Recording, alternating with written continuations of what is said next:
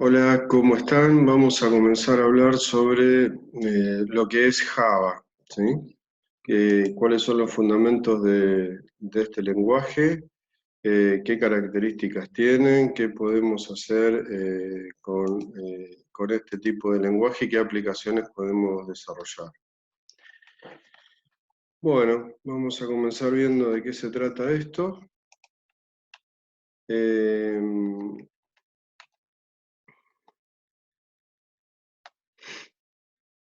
Bueno, esta presentación que está en inglés tiene un montón de conceptos que ustedes ya manejan.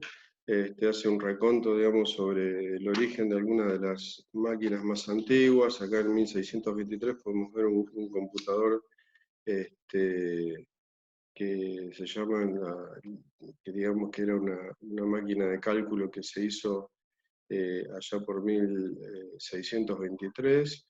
Y todo esto fue evolucionando de manera tal de evolucionar el hardware que conocemos hoy en día, donde vamos a tener una CPU, memoria, digamos, y dispositivos conectados a través del bus de datos de la máquina, ¿no?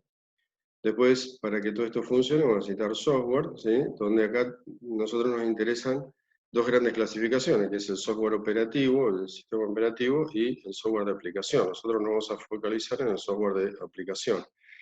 ¿Qué podemos hacer para obtener software de aplicación? Bueno, podemos comprarlo, ¿sí? En realidad compramos una licencia de uso, ¿sí? No estamos comprando el programa.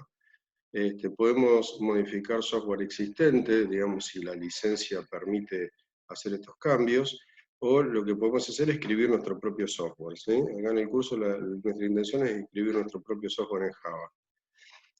Por aplicación entendemos entonces una colección de programas, por ejemplo, un procesador de texto, un navegador web, un programa de juegos, en definitiva, programas que procesan información o que ingresan datos y obtienen información relevante para el usuario.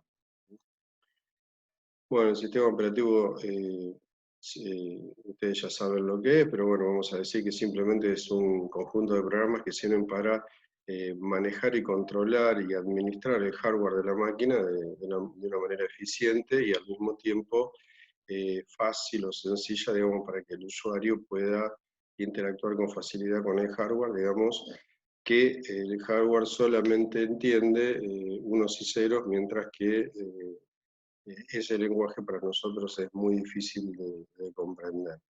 Los lenguajes de programación sirven para escribir los programas de computación.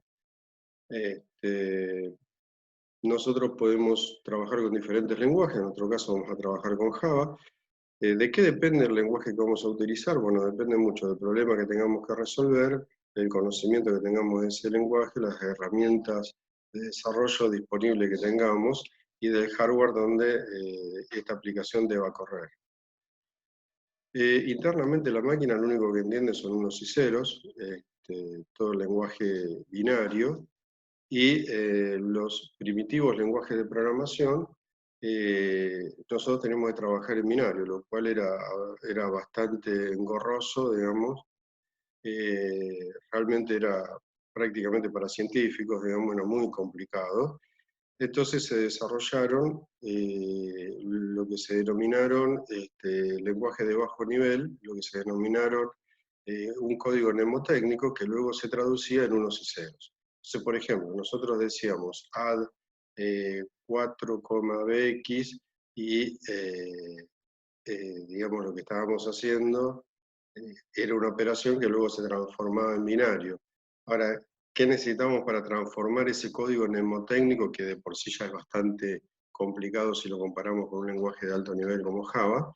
Necesitábamos un ensamblador en un programa que tomaba ese código mnemotécnico que tipeaba el programador y lo transformaba en unos y ceros, y lo almacenaba en la memoria de la máquina para que luego se pudiera ejecutar el programa. Los lenguajes de alto nivel nos permiten a nosotros trabajar de una manera más abstracta, más parecido a cómo funciona el ser humano. Y, y bueno, no solamente que se desarrollaron lenguajes de programación, sino que también vinieron provistos con un montón de librerías que nos facilitaban mucho el trabajo, ¿sí? a esas librerías se las llamaron APIs, ¿sí? Application Programming Interface, ¿sí? Entonces, bueno, una instrucción de un lenguaje de alto nivel puede significar miles de instrucciones mnemotécnicas, como las que vimos anteriormente, de bajo nivel, que a su vez se traducen en cientos o miles de unos y ceros. ¿Cómo es la programación orientada a objetos? Bueno, una traducción directa, digamos, de ese código mnemotécnico a unos y ceros y a cómo funciona el computador, es generalmente lo que sucede con los lenguajes procedurales. Es decir, los lenguajes procedurales lo que hacen es funcionar exactamente igual que como funciona el computador, pero con un alto nivel de abstracción para que el ser humano pueda trabajar de forma más cómoda, pero sigue funcionando bajo la misma lógica. Bueno, la idea de la programación orientada a objetos es algo distinta. Eh, digamos que podemos plantear el problema en términos de objetos, ¿sí? Los objetos de alguna manera interactúan entre sí para poder resolver el problema. Lo que vamos a hacer es dividir el problema en partes definidas, que nosotros lo entendemos como objetos, ¿sí? Cada objeto va a realizar una función determinada, y la interacción que se da entre los objetos se da enviando y recibiendo mensajes entre esos objetos, y la interacción en sí de esos objetos es lo que resuelve el problema. Es decir, es un enfoque, un paradigma totalmente diferente a la programación procedural, ¿sí? Bien, como en todo lenguaje, tanto en lo procedural como en orientado a objetos, nosotros vamos a tener una serie de palabras clave de ese lenguaje, vamos a necesitar una puntuación determinada para ingresar el código, va a haber identificadores, operadores, sintaxis, eso es exactamente igual que en cualquier otro lenguaje de programación. Bien, veamos, tenemos lenguajes compilados, ¿sí? Los lenguajes compilados. El lenguaje compilado, digamos, básicamente toma todo el código que tipea el programador, a la cual nosotros lo llamamos código fuente, programa fuente, y lo va a traducir todo a un lenguaje de máquina propio, digamos, de un computador particular en donde uno está compilando el programa, ¿no? Entonces, por ejemplo, C es un lenguaje compilado, ustedes ya lo conocen, y básicamente nuestro programa fuente se traduce en un ejecutable que puede correr en forma nativa dentro del computador donde fue diseñado, ¿no? donde está para la plataforma por la cual fue diseñado.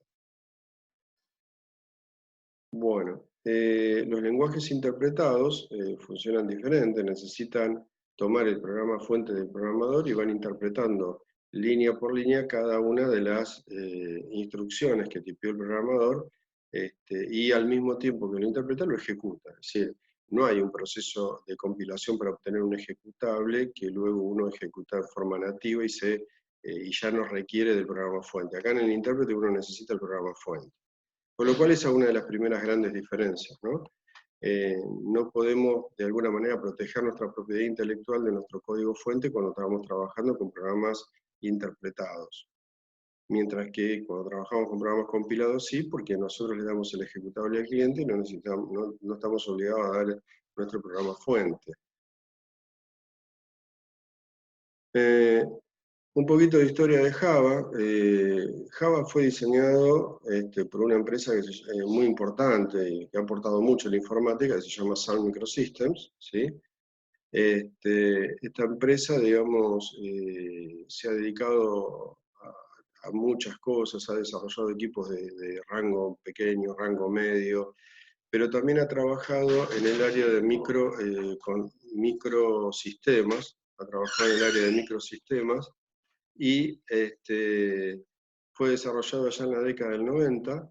La primera versión de Java surge en el año 1995, y básicamente la característica de Java era que podía ejecutarse, podría utilizarse, digamos, en prácticamente cualquier hardware, digamos, y ocupaba muy poco espacio, los programas eran muy robustos, muy pequeños y muy portables, y de esa manera los diferentes proyectos que tenía Sun para diferentes plataformas los podía programar todas en un mismo lenguaje. Entonces, Ellos hacían software que corría en videocaseteras, que corría en pequeños controladores, que corría, digamos, en PLCs, en pequeños máquinas con bajos recursos, y ellos lo que hicieron fue, en vez de estar programando en lenguaje ensamblador propio para cada uno de esos procesadores, dijeron, bueno, nosotros queremos programar todo en un mismo lenguaje, que en este caso fue Java, y luego poder tener una ejecución de ese código en cada una de estas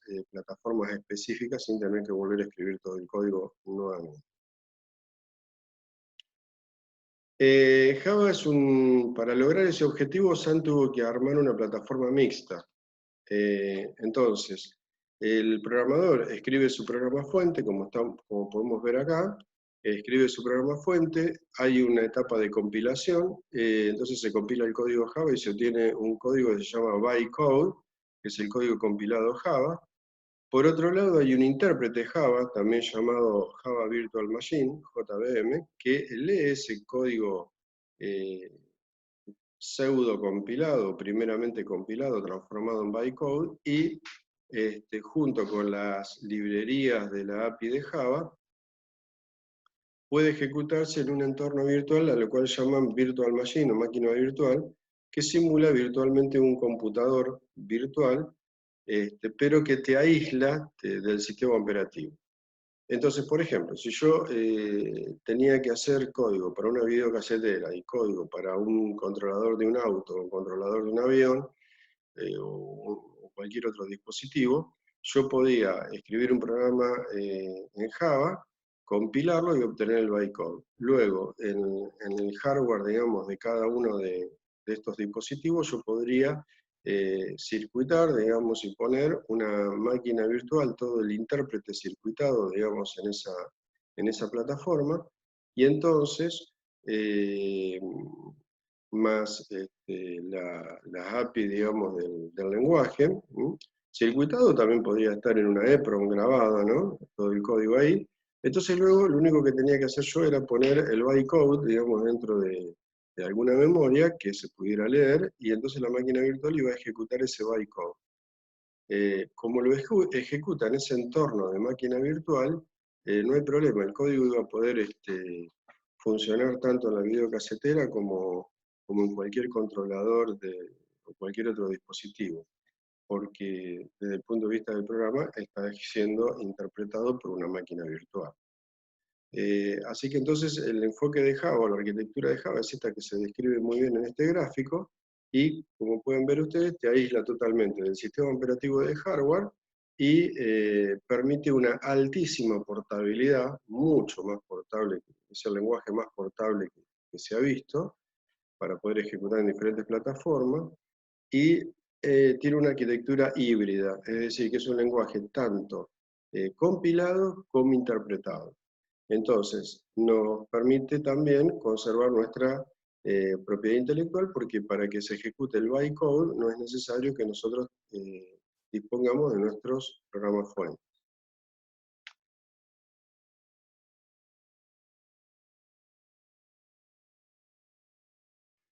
¿Sí? Acá podemos ver que la compilación toma nuestro programa fuente, pasa por el Java Compiler, obtiene el bytecode, que es un pseudo compilado, y por último, ese bytecode es interpretado por la máquina virtual para obtener el binario final que corre dentro del contexto de la máquina virtual. ¿Sí? Para correr un programa Java vamos a crear el programa fuente, vamos a compilarlo y lo vamos a ejecutar. ¿Sí? Vamos a necesitar un entorno integrado de desarrollo, nosotros vamos a utilizar BlueShade, vamos a necesitar un compilador, que puede ser, los compiladores de Java son muchísimos, porque Java en realidad es una especificación, entonces hay muchísimos fabricantes de software que pueden fabricar, producir compiladores Java. Tenemos la versión de Sun, la versión de Oracle, de IBM, de Microsoft, hay un montón de proveedores, y para poder desarrollar vamos a necesitar el JDK, es decir, el Java Development Kit. El compilador se llama Javac y la máquina virtual se llama Java. ¿Sí? Java.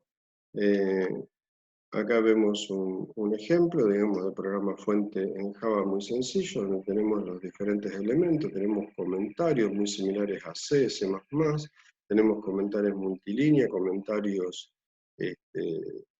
inline, tenemos identificadores, bueno, después vamos a ver más en detalle la sintaxis de Java, pero para compilar un programa Java, todos los programas Java tienen extensión .java, los programas fuentes, simplemente voy a llamar al compilador javac y le paso el nombre del programa, en este caso sayhello.java, y voy a obtener un sayhello.class, que luego, si digo Java sayhello, fíjense que no es necesario poner .class, sale, digamos, comienza la ejecución de esa aplicación Java.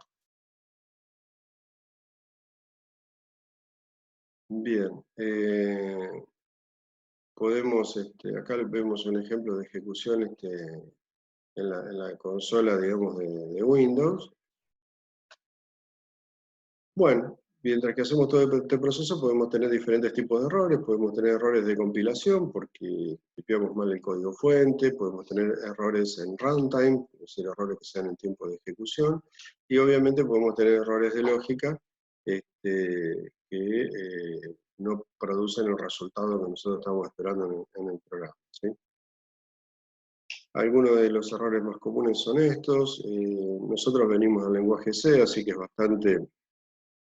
tenemos una gran ventaja en cuanto a la sintaxis. Ya sabemos que las instrucciones terminan por punto y coma, el operador de punto, las llaves, los corchetes, los paréntesis, en fin. Tenemos bastante ventaja con respecto a eso.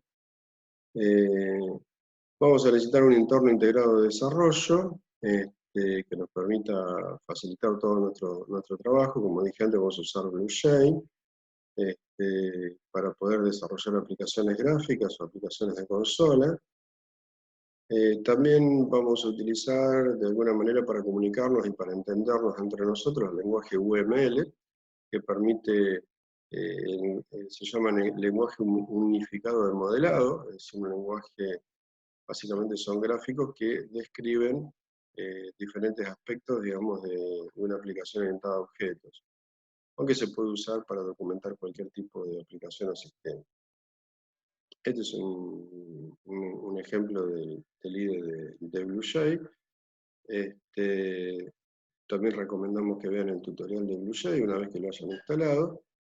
Y bueno, eso es todo por ahora. Eso es todo por ahora y esperamos continuar, digamos, avanzando en el lenguaje Java, digamos, en breve, digamos, en las próximas clases. Muchas gracias.